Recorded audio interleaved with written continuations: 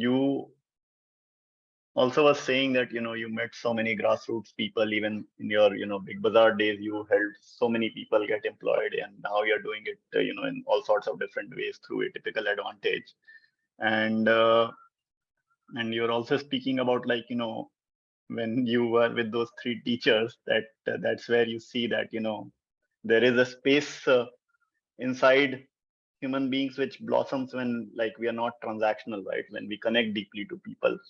So, like, and given you do so much work on inclusion, like, there's one way to do inclusion, which is, like, from a just like a sympathy lens, right? Like, oh my God, this person doesn't have anything, right? His life must be like so, uh, uh, like, tough and, like, sad and all of that.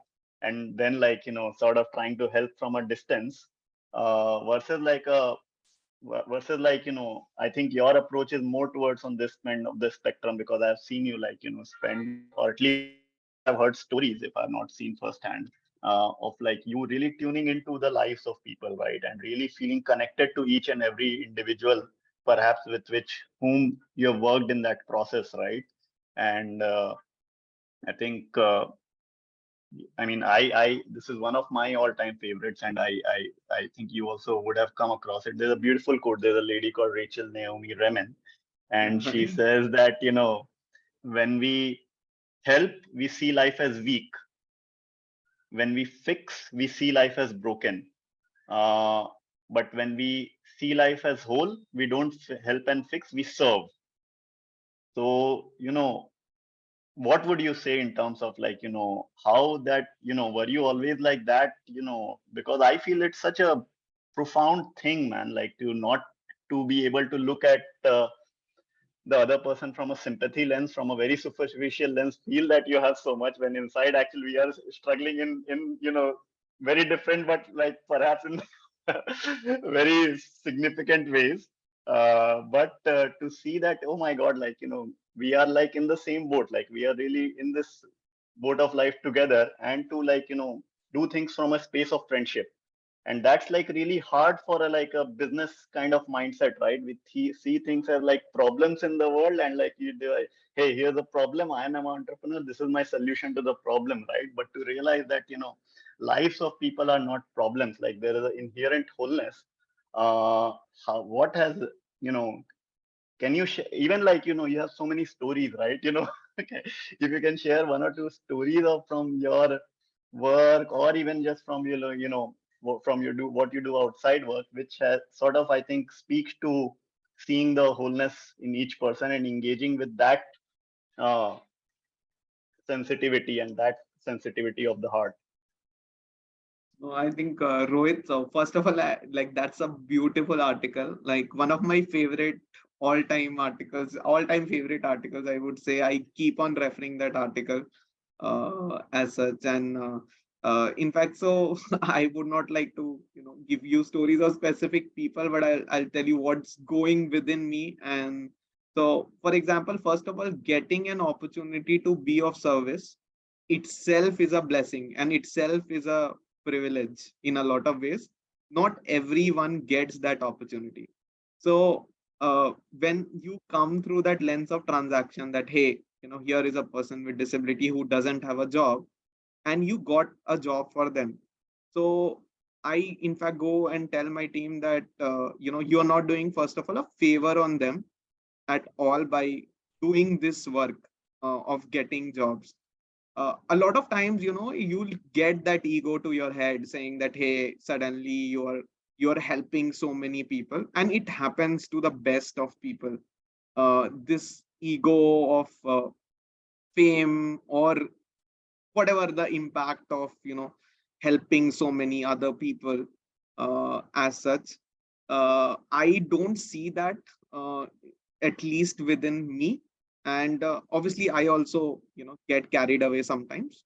But the idea which I always hold when I talk to any person with disability, is first of all, if someone has reached out to me, the person has reached out because probably I could uh, you know do something there with my own gifts.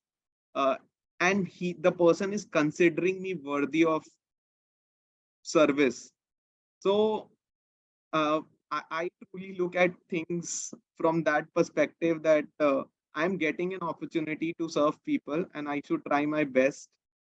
And at the same time, being aware that I can't solve, or it's not in my way to probably, just go and say that I would change the world, or things like that, but doing whatever best in my own capacity as an individual. So jitna ho sakta hai, trying to do. Jitna nahi hota, I'm also aware about things which I'm not able to do anything about it. But at the same time, everyone can't do everything as such. So that is uh, probably there. And this is the same message which I talk to the teams. And I've seen like so many of our artists and performers who have got shows and uh, made some money through the platform, and they would understand, like when they reach out saying that, hey, like today for the first time, I had this much amount in my bank and I was able to treat my family, or just I bought something for my mother. That is, I think, priceless यार. Like उसको तुम कितना भी पैसे में क्या तोलोगे उसको, उस impact को. तो yeah, that is another way of looking at it in general. And again, I try to do whatever I can. And like for example, even now coming to friendships, uh, everyone has limited time, and we cannot again just go and say that, okay, I'll be connected to 1,000 people or help 10,000 people at a personal level, responding to everyone's messages and all that. I can't do that. But the idea is, yeah, could we again cultivate a deeper relationship with lesser number of people? Again, purely being there whenever they need and helping them as such. So yeah, and from a business point of view, it again sounds very counterintuitive.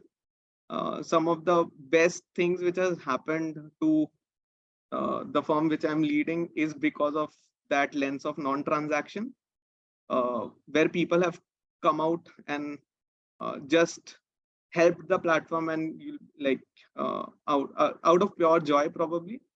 And so many of them are there. Like, so someone asked what's the competitive advantage of a typical advantage. I said that you can't copy compassion as such, right? With a business lens, I think you need to have the right intent to uh, just uh, understand the space and solve it probably.